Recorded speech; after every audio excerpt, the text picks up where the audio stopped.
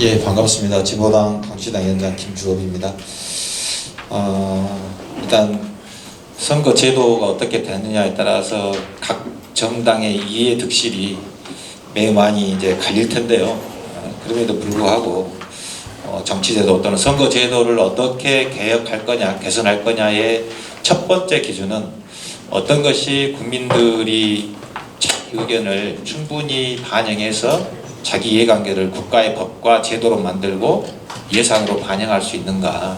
그래서 국민들의 삶이 나날이 좀 발전하고 인간답게 살 수 있는 그런 것, 어떤 제도가 그런 것을 가능하게 할까. 100%는 아니지만 그런 것을 좀 더 발전적으로 만들어갈 수 있을까. 이것이 이제 첫 번째 기준이 좀 돼야 하는데, 지금까지 좀 논의되고 있는 것은 어떻게 하면 우리 정당에 더 유리하게, 어떻게 하면 우리 정당이 더 많은 의석을 가질 수 있는지, 아니면 가지고 있는 기득권을 뺏기지 않을 것인지, 이런 것이 중심이 돼서 논의가 되고 있는 느낌이 있어서 좀 고민이 든다는 말씀을 드리고요.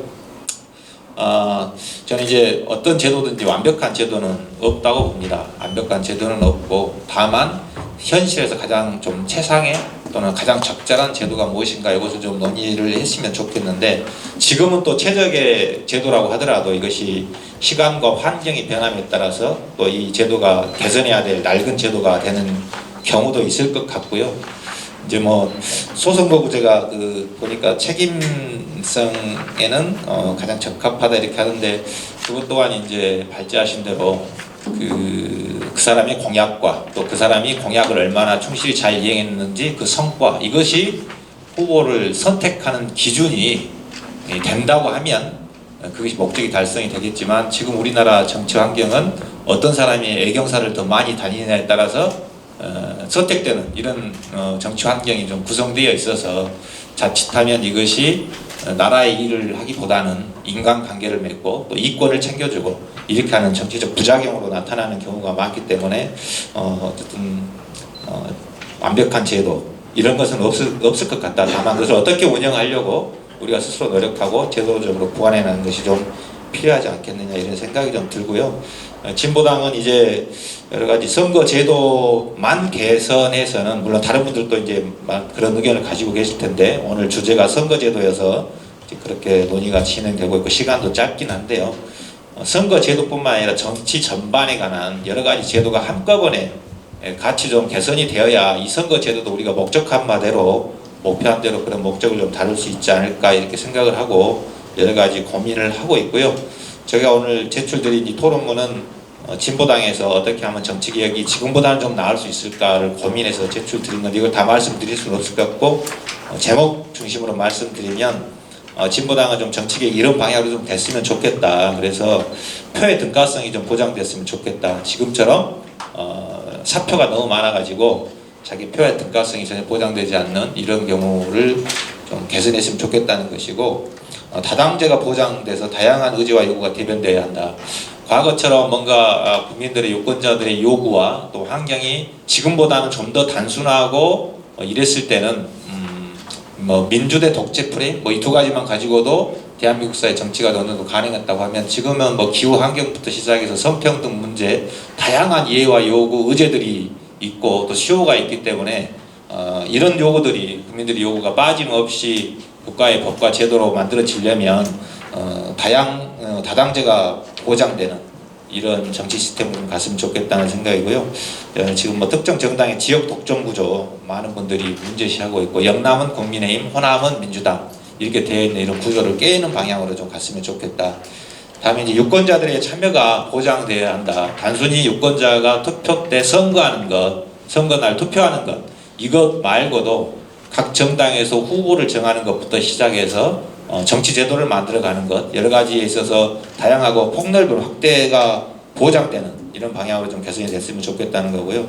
참정권을 비롯해서 정치에 참여하는 것을 좀 확대해야 된다. 예를 들면 공무원 교사는 그 차지하는 숫자도 굉장히 많고, 또한 그들의 운명 또한 모든 것이 법과 제도 규정 그리고 예산으로 다 자신들의 삶이 결정됨에도 불구하고 투표할 수 있는 권리 외에는 어떤 것도 참여할 수 없게 되어 있는 이런 문제들은 반드시 좀 개선이 되어야 되고, 또 우리 18세 미만, 만 18세 미만의 학생들 또한 정치인들이 자신들의 삶을 결정을 짓는데 투표할 수도 없는 이런 상황으로 어른들에게 자신들의 청춘을 맡기는 이런 것들은 좀 개선돼야 되지 않겠느냐 이런 고민이 좀 있습니다. 그리고 이제 지금같이 다수의 인구가 있고 광대한 나라에서 무슨 직접 민주주의로 모든 걸 할 수 없기 때문에 불가피하게 대의민주주의를 하고 있지만은 대의민주주의에서 나타나는 약점들을 보완하기 위해서는 직접 민주주의를 가미를 해서 좀 더 확대 강화했으면 좋겠다. 지금은 이제 교통과 통신이 발달했기 때문에 직접 민주주의를 지금보다는 좀 더 강화해도 충분히 가능하다는 생각을 가지고 있고요. 국회의원의 특권들을 좀 재정비했으면 좋겠다는 건데 이것이 특권이라고 표현하는 것이 맞는지 어쩐지는 잘 고민입니다. 고민인데 국회의원이 국민의 대변에서 국민의 이익을 위해서 일을 잘할 수 있도록 몇 가지 혜택이라고 하면 혜택이고 특권이라면 특권을 준 건데 이것이 현재 그 방탄국회처럼 뭔가를 잘못 사용되고 있고 또 자신의 이익을 챙기는 대로 사용되고 있어서 문제인데 그래서 그런 것들을 좀 면밀히 살펴서 최근에 이제 좀 논란이 있었던 것이 불체포 특권이 논란이 좀 됐었던 것 같은데요. 이것도 이제 삼권 분립이 되어 있는 조건 하에서 뭔가 행정부로부터 입법권이 침해당할 경우를 대비하기 위해서 불체포 특권을 둔 건데 우리나라 지금 현재 정치 환경이 과연 행정권 입법권을 침해하지 않고 있느냐. 지금 현재 상황은 시대에 따라서 다르고 행정부를 누가 장악하고 있느냐에서 달라지지만 지금 상황에서 보면 심각하게 침해를 하고 있다. 이럴 때는 이런 불체포 특권들이 유지가 돼야 되는데 물론 이제 불체포 특권이 그동안에 너무나 좀 악용되어 오고 이래서 거기에 대한 정서적인 안 좋은 감정이 있기 때문에 불체포 특권을 좀 없애야 되는 거 아니냐 이런 의견들 충분히 공감을 하고 있습니다만은 그렇다고 해서 이런 것을 특권으로 봐서 다 없애는 것은 좀 고민스럽지 않느냐. 그래서 한번 더 재정비해보고 좀 고민해보는 것이 필요하겠다 이렇게 저희 당에서는 고민을 하고 있고요. 그 외에 이제 진보당의 정치적 개혁에 대한 구체적 방안은 자료를 한번 보시면 될 것 같은데요. 한 가지만 선거제도 오늘 토론이니까 말씀드리면 저희는 권역별 대선거구 개방형 비례대표제를 했으면 지금 상황은 좀 좋겠다 이렇게 고민을 하고 있습니다. 여기는 어쨌든 예를 들면 광주를 한 선거구로 하는 대선거구로 만들고 여기에 이제 비례대표제를 가미하되 비례대표제 순서를 정당에서 정하는 게 아니고 유권자들이 직접 선거 투표를 하시면서 그 순서까지도 정할 수 있는 이렇게 좀 하는 스웨덴식이라고 표현을 하시더라고요. 그래서 이것이 지금 현재 우리나라 상황에는 조금 맞지 않겠느냐 이런 고민을 하고 있습니다. 이것으로 저희 토론 발제를 마치도록 하겠습니다.